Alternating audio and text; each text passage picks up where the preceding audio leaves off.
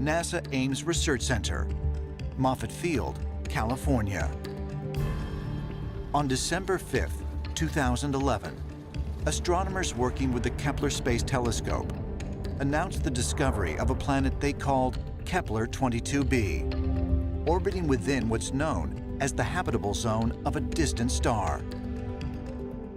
Today's discovery is a tantalizing indication that, with time, Kepler may find true Earth analogs. Kepler 22b is about 600 light years away from Earth, so that's a long way. But it is, in fact, in an orbit that means that the daytime temperatures on that planet might be comparable to a summer in San Francisco. So that's the first time we found a planet that might have liquid oceans, maybe a thick atmosphere, maybe even life. What we'd ultimately like to do first is just understand how other planetary systems are made up. But then we really would like to find Earth-like planets. Planets in the habitable zone of sun-like stars. But is it possible that NASA scientists have been searching for life they already know exists? Some believe previous voyages into space have uncovered evidence of an extraterrestrial presence. Houston, Discovery, how do you read, over? Discovery, Houston, read you loud and clear. Go for main engine start. Main engines up and burning. 3, 2, 1, 0, and liftoff. Roger, roll, Discovery. On September 12, 1991, the Space Shuttle Discovery, STS-48, flew nearly 350 miles above the surface of the Earth. Its crew, led by Captain John Creighton, performed several missions, including the deployment of an upper atmosphere research satellite. Use go for free drift. Okay, we're in free drift. But while the astronauts occupied themselves with various tasks, a video camera at the rear cargo bay door captured footage that NASA claims no longer exists. But a number of amateurs that were monitoring the transmission produced what they allege is genuine footage from STS-48. The video shows what appears to be a series of unidentified glowing objects and flashing lights that change direction and accelerate rapidly. Apparently, the space shuttle was surrounded by some kind of UFO, a flying saucer type of craft. Some kind of a shield at one point was supposedly put around the shuttle, briefly. And then the UFO and everything disappeared. One of the astronauts openly states over an open channel, hey, we're being tracked by an alien spacecraft. And then all of a sudden, all the transmission just ceases. And I think what happened was that he must have realized he was on the public channel, not the private channel, and he probably very, very quickly switched over to the private channel to describe what it was he was seeing. I knew everyone, and I heard stories from everyone. Nobody brought me any evidence. So, one side of the coin, it's everywhere out there. Has it been here? I have no evidence. NASA officials claim the video images show ice particles glinting in the sun. But is it possible that video transmissions from the space shuttle captured more than what NASA officials want to admit? Occasionally, shuttle astronauts will report that they've seen things or experienced things in space that they can't explain and that might be due to an alien presence. Ever since humankind launched itself into space, there have been reports where astronauts describe something that they saw while being up in the spaceship. And we have to remind ourselves that those stories are reported by astronauts and not by insane people. Huntsville, Alabama, July 24th, 1969. A crowd of thousands gathers in Courthouse Square to cheer on the triumphant return of Dr. Wernher von Braun, just hours after Apollo 11's Columbia Command Module splashed down in the Pacific Ocean. The United States had achieved what many believed was impossible, putting a man on the moon. The picture ran in newspapers around America the following day, celebrating the genius rocket engineer who was behind it all. Von Braun is a titan, he's one of the major figures of the last century, and he was way ahead of his time. Von Braun adamantly believed that humanity's future was in space. He's the greatest voice we've had in the history of the space program. Considered by NASA to be the father of rocket science, von Braun is credited with either inventing or helping to develop many of the most sophisticated aerial technologies that exist today, like the supersonic anti-aircraft missile, the ballistic missile, the first American satellite, and the first U.S. space vehicles, including the enormous Saturn V rocket that enabled man to reach the moon. Without exaggeration, the Apollo program has been called the greatest achievement that mankind has ever accomplished. Without Wernher von Braun, we would not reach the moon. To date, the Saturn V is the most powerful rocket that we've ever built.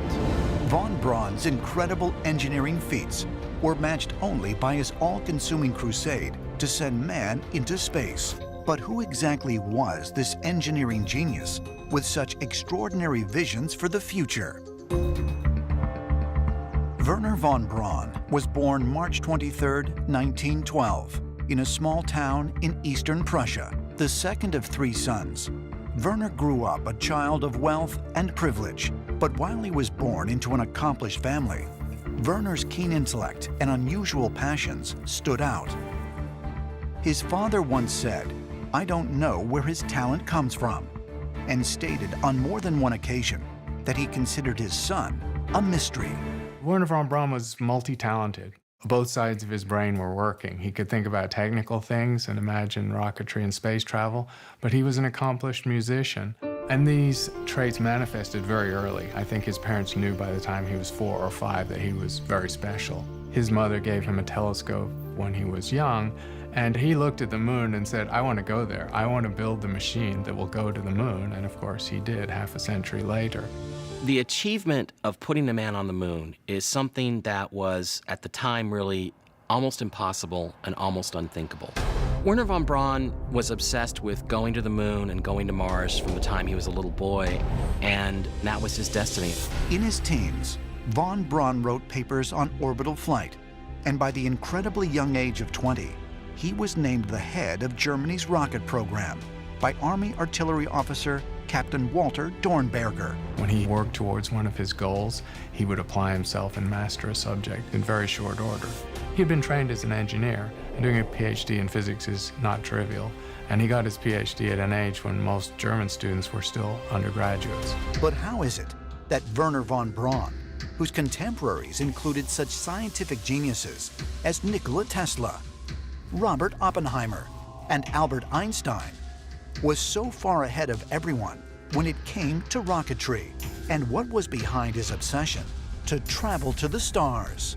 Some ancient astronaut theorists believe that the boy genius may have been guided by otherworldly forces. Maybe he drew his inspiration from science fiction. Maybe it came from his own imagination and vision of what the future should be. Or maybe it was inspired by something extraterrestrial. Some sort of extraterrestrial contact might have happened with Wernher von Braun.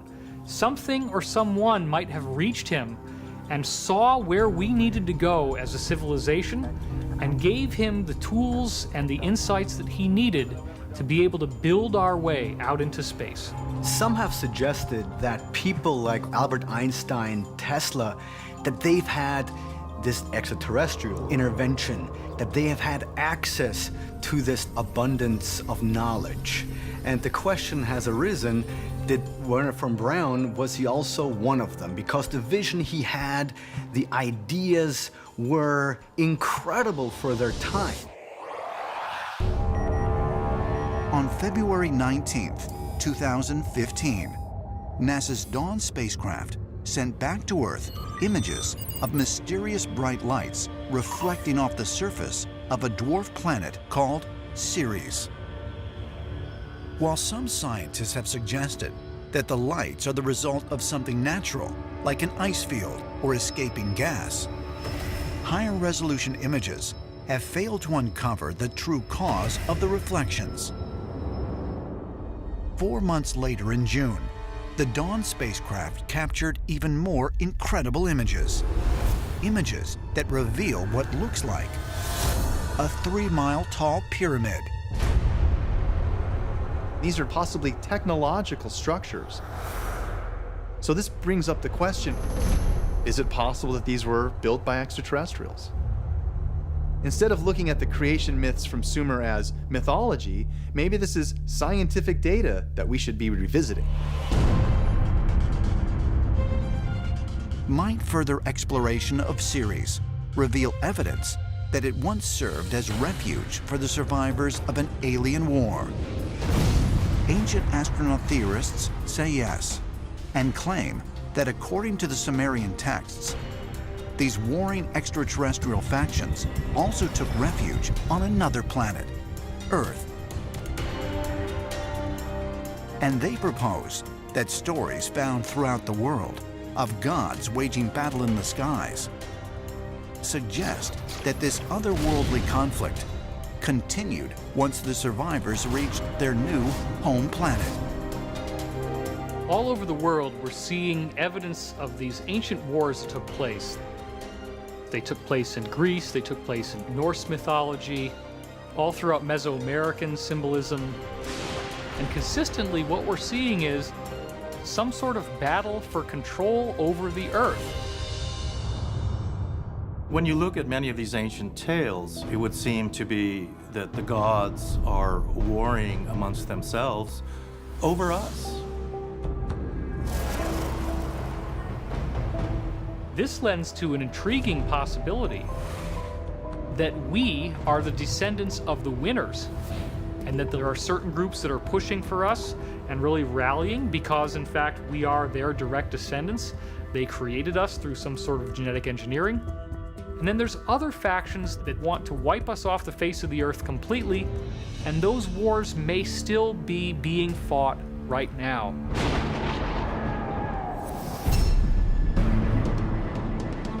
Are humans the descendants of a race of alien beings whose home planet was destroyed thousands of years ago? Might the ancient stories of warring gods really be accounts of separate extraterrestrial factions that were fighting for control of the Earth and may still be fighting for it today? July 20th, 1976. NASA's unmanned Viking 1 orbiter and lander touches down on the surface of Mars. 3 weeks later, it is joined by its companion, the Viking 2. For the first time ever, humanity has established a presence on another planet. The Viking landers actually landed on Mars and took a sample, but they landed in one spot, and they stayed in one spot. We've since sent the Pathfinder Sojourner.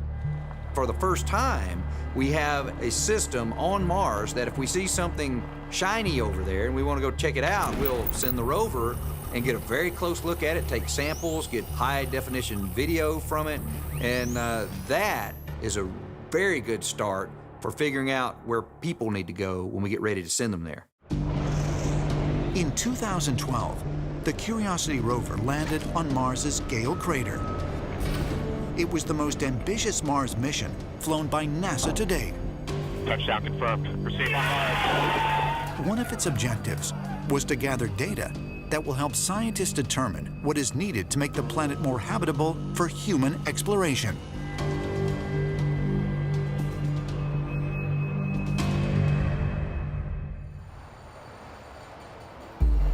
In June 2018, scientist and aerospace engineer Dr. Travis Taylor traveled to Johnson Space Center in Houston, Texas. There, he met with NASA Exploration Mission scientist, Dr. Elizabeth Rampey. Dr. Rampey analyzes data obtained by the Mars Curiosity rover, which 6 years into its mission is sending back some of its most extraordinary findings yet. So there was very late-breaking news recently from the Curiosity rover, and some interesting information came out of the Sample Analysis at Mars, or SAM instrument. Okay. So SAM can measure gases in the atmosphere, and it can also measure gases that are evolved from samples. So basically, we drill a rock, deliver that powder to the instrument, and then that instrument heats up the sample and measures the gases that are coming off. Whatever outgasses, it can tell you what that is, right? Exactly. So a big piece of information from the atmosphere is that we've been tracking methane over the last few Martian years, and what we see is that there is a cycle to it where it spikes late summer, early autumn, and then dips again. Wow. Yeah, so the big question is, why is that happening? So that could possibly be due to an organic material, right? Or a biological source. Exactly. Meaning so life. that's right. I know. So huge. Wow. It's not the only hypothesis out there. Sure. But, you know, there is the possibility that there is extant life on Mars that is creating this methane. Wow. The fact that NASA has now released information that they've measured a cycle of methane that goes up in the summer and down in the winter, it sounds very similar to how biological processes create methane here on Earth. That could be evidence that there's life right now on Mars.